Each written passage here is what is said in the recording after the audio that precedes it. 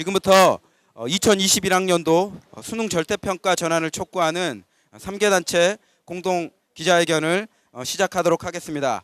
기자회견에 앞서 취지와 배경을 잠시 설명드리면 교육부는 지난 2014년 2015 개정교육과정을 취지를 발표하면서 지식암기 중심의 학교 교육을 정상화시킨다라는 취지와 또 과잉학습 경쟁을 해소한다라는 취지에서 2021학년도 수능 개편안과 또 대입제도 개선안을 발표하기로 약속을 했고, 또 2017년 교육부 업무보고에 의하면 7월에 확정 발표할 예정이었으나 여러 국정운영 사정상 8월 발표할 것으로 예정돼 있는 상황입니다. 그런데 2015 개정교육과정은 여러 가지 그 취지와 배경 그리고 목적을 살펴볼 때 현재 수능을 상대평가하는 상황에서는 또 그리고 내신을 상대평가하는 상황에서는 그 취지와 배경을 달성할 수 없는 것이 사실입니다. 그래서 수능 절대평가 전환을 지지하는 교육단체들이 모여서 지난 6월 13일 공동토론회를 시작으로 수능 절대평가 전환을 촉구하는 연대운동을 시작하였고, 또 8월 발표를 앞두고 있는 상황에서 절대평가 전환을 정부와 교육부에 촉구하는 기자회견을 갖게 된 것입니다. 그래서 이상으로 좀 배경을 짧게 말씀을 드리고요. 기자회견문 낭독은 사교육 걱정 없는 세상 송인수 공동대표님과 또 좋은교사운동 김영식 정책위원장님과 사교육 걱정 없는 세상 윤지 공동대표님께서 차례로 낭독해 주시겠습니다.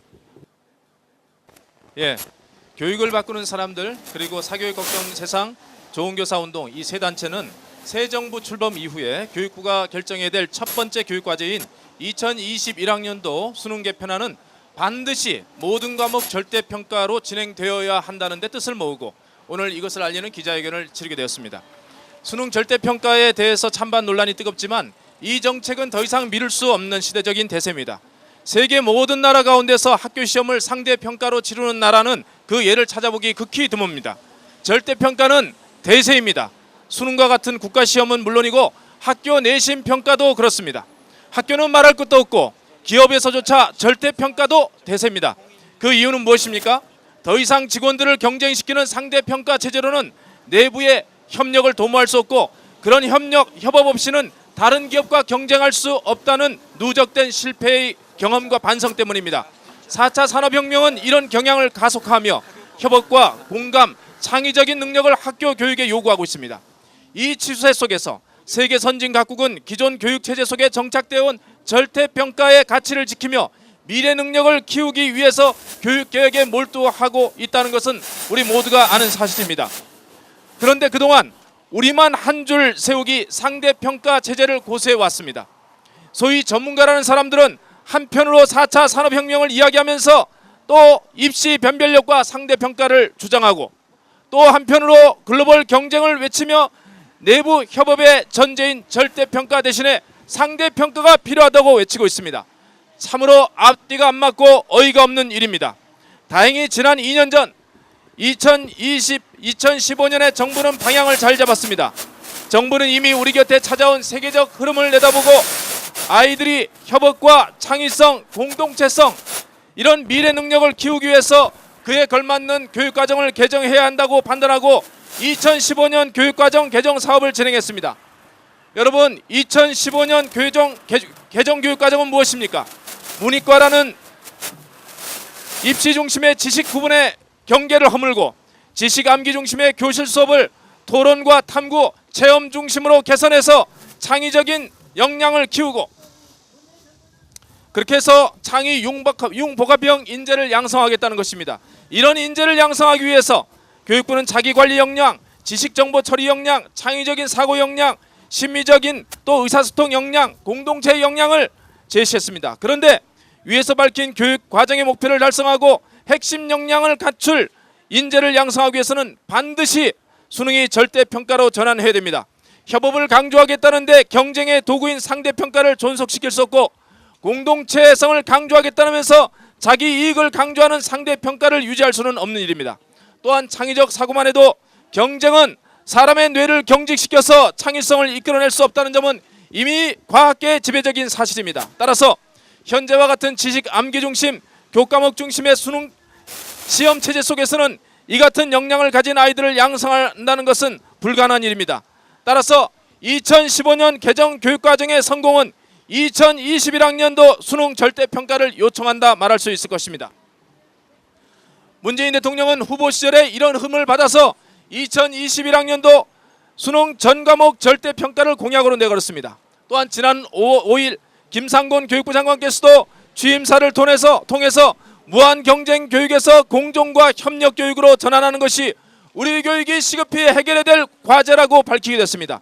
그런 의미에서 2021학년도 수능 절대평가는 아주 자연스러운 흐름입니다.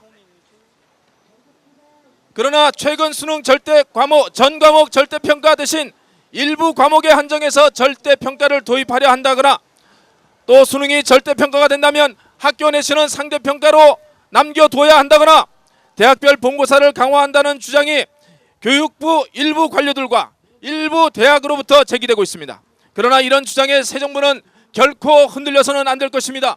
수능 절대평가는 물론이요, 학교 내신 절대평가도 미룰 수 없는 시대적인 과제라고 인식하고 그 연장선에서 2021학년도 수능 전 과목 절대평가 정책을 확정지어야 할 것입니다. 변별력과 동점자 처리, 내신 상대평가, 패자 부활전 등과 같은 몇 가지 의문점에 대한 대답이 필요합니다.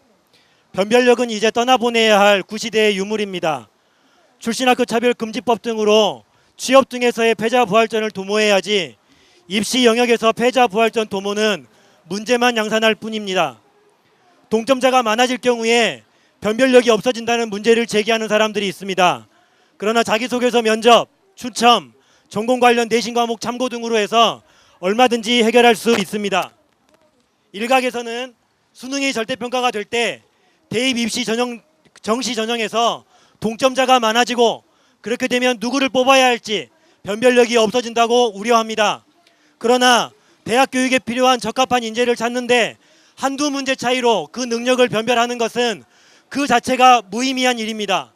또한 설령 동점자들이 많아진다고 해도 그중 적격자를 발굴하는 방식을 수능 한 문제 더 맞춘 학생을 찾는 방식을 버리고 사교육이 붙지 않는 자기소개서를 통한 약식 면접이나 추첨제 혹은 해당 학과의 관련 교과 내신 자료 등을 참고하는 교육적이고 타당성도 높은 방법들이 얼마든지 있습니다. 그런 방법들을 정부와 대학들, 국민들이 찾으면 될 일입니다. 수능은 절대평가로 하고 내신은 상대평가로 해야 한다는 목소리도 있습니다. 그러나 이는 수능 절대평가 도입 취지에 반하는 퇴행적 발상이라 할 것입니다. 수능이 절대평가로 전환되면 내신이라도 상대평가 체제를 유지해서 입시 변별력을 확보해야 한다는 주장도 있습니다만 이 역시 옳지 않습니다. 수능을 절대평가로 전환한다는 것이 무엇입니까? 학생들의 과잉학습 경쟁을 그치고 학교가 미래사회에 필요한 역량을 길러내기 위해 제대로 된 교실 수업 혁명을 하도록 그 환경을 조성한다는 의미가 있습니다. 그것은 바로 2015 교육과정 개정의 의도이기도 합니다. 그런데 수능 절대평가를 위해 내신 상대평가 체제를 유지한다는 것은 앞뒤가 맞지 않습니다. 수능과 내신이 호응을 이룰 때 절대평가라는 자유와 여백의 공간에서 학생들은 공동체성, 협업 능력 등 미래 능력을 키우는데 몰두할 수 있는 것입니다. 따라서 정부는 내신을 상대평가 체제로 존치하려는 시도를 취해서는 안 됩니다. 무릇 현실의 여러 장애들을 크게 보느라 제도 도입의 큰 목표를 잃는 어리석은 행동은 지나온 시절로 족합니다. 우리 역시 앞으로 2021학년도 수능 전과목 절대평가는 물론이요, 내신 절대평가 도입을 위해 강력한 운동을 전개할 것입니다.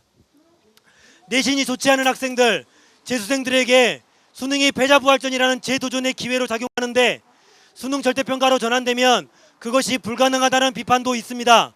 그러나 2에서 5등급 받던 학생들이 한 등급 더 받기 위해 재수를 하는 것은 여전히 유효한 것이니 수능 절대평가로 전환되어도 입시의 패자부활적인 문은 여전히 열려 있습니다.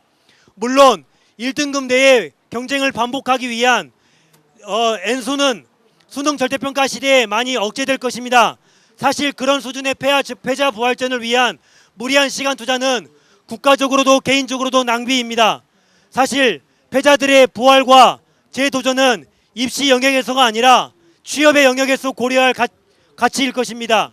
즉 어느 학교를 나왔든지 취업 단계에서 그것을 보지 않고 실질 능력을 중시하는 것이 출신 학교 스펙을 위한 힘겨운 N수 경쟁보다 훨씬 패자부활전의 취지에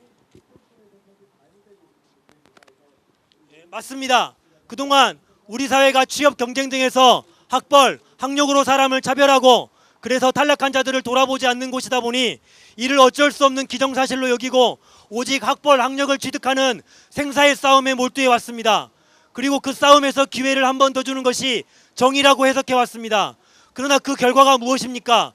N수생의 양성과 수능 중심 학교 교육의 비정상 체제가 존속되어 왔고 글로벌 경쟁의 시대에 무기력한 학습자를 양산해 왔습니다. 이런 낭비와 손실을 더 이상 방치해서는 안 될 것입니다. 다행히 문재인 정부는 이와 관련 입시와 채용 단계에서 출신학교와 학력 차별을 없애는 공약을 만들고 지금 두 영역 입시와 채용에서 학력 블라인드 전역을 정책화하기로 했습니다.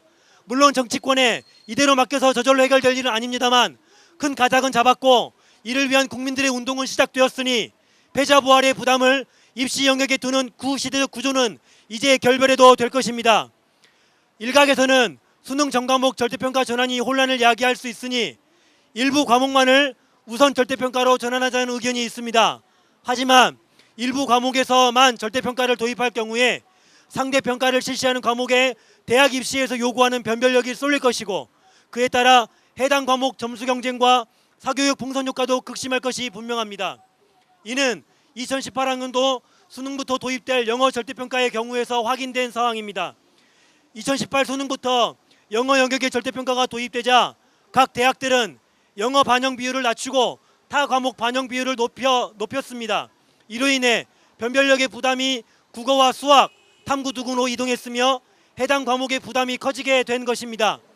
2021학년 수능도 일부 과목만 절대평가로 전환한다면 이 같은 상황을 반복하게 될 것입니다. 자연히 상대평가 과목의 변별의 무게가 쏠리고 해당 과목 점수를 올리기 위한 경쟁이 과열될 것입니다. 따라서 2021학년도 수능은 전 과목 절대평가를 추진해야 합니다. 다음은 엄히 금지해야 할 두 가지를 말씀드리겠습니다.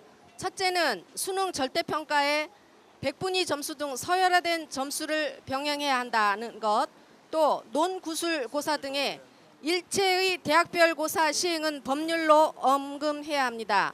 수능 절대평가제를 도입한다고 할 때 변별력을 이유로 백분위 환산 점수 등 서열화된 점수를 가미하는 것은 절대평가의 취지를 손상하는 것이므로 엄히 금지해야 합니다. 또한 수능 위주의 정시 모집의 경우 변별력 확보가 어렵다는 이유로 대학들이 대학별 고사를 강화할 가능성도 차단해야 합니다.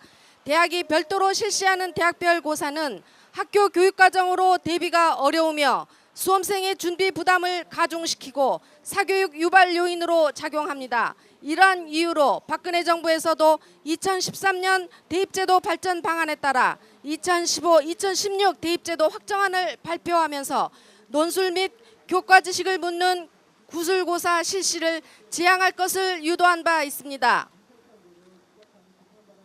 하지만 교육부의 권고와 재정지원 사업을 통한 유도 방식으로는 상위권 대학의 수시 모집에서의 논술 전형 운영과 교과 지식을 묻는 구술고사 실시를 지금까지 효과적으로 제한하지 못했습니다.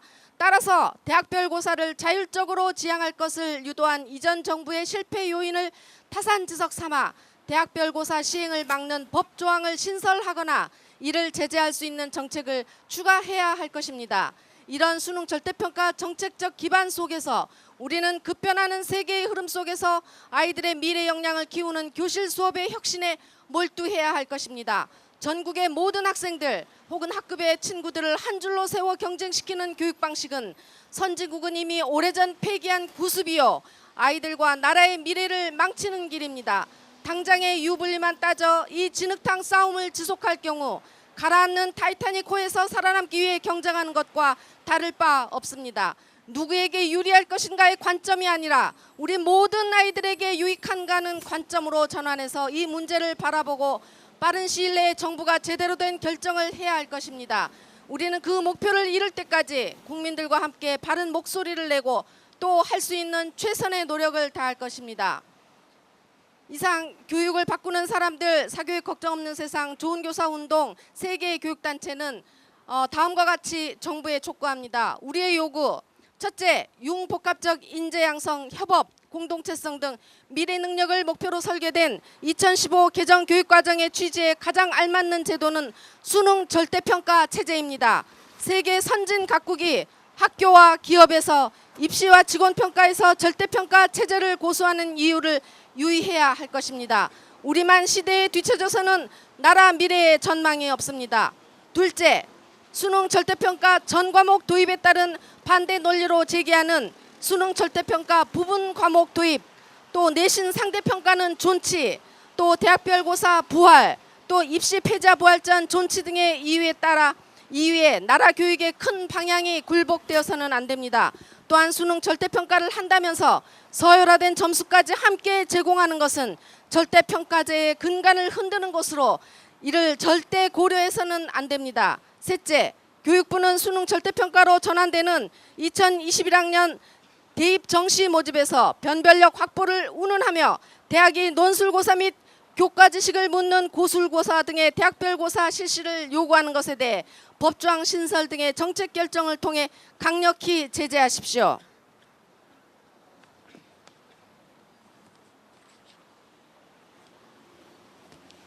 넷째, 교육부는 수능 절대평가 전환과 아울러 고교 내신 절대평가도 조속히 추진해야 합니다. 공동체 정신, 협업과 공감 능력 등 2015 개정 교육과정의 취지와 미래 역량을 위해서 수능 절대평가만이 필요한 게 아닙니다. 고교 내신 절대평가도 함께 이행되어야 합니다. 다섯째, 우리 세 단체는 새 정부와 김상곤 교육부 장관이 수능 절대평가라는 새 정부의 공약을 제대로 이행하는지 지켜보며 이 공약의 실현을 위해 모든 노력을 다할 것입니다. 감사합니다. 네, 다음으로는 기자회견문 내용에 대해서 기자님들의 질문이 있으면 받도록 하겠습니다.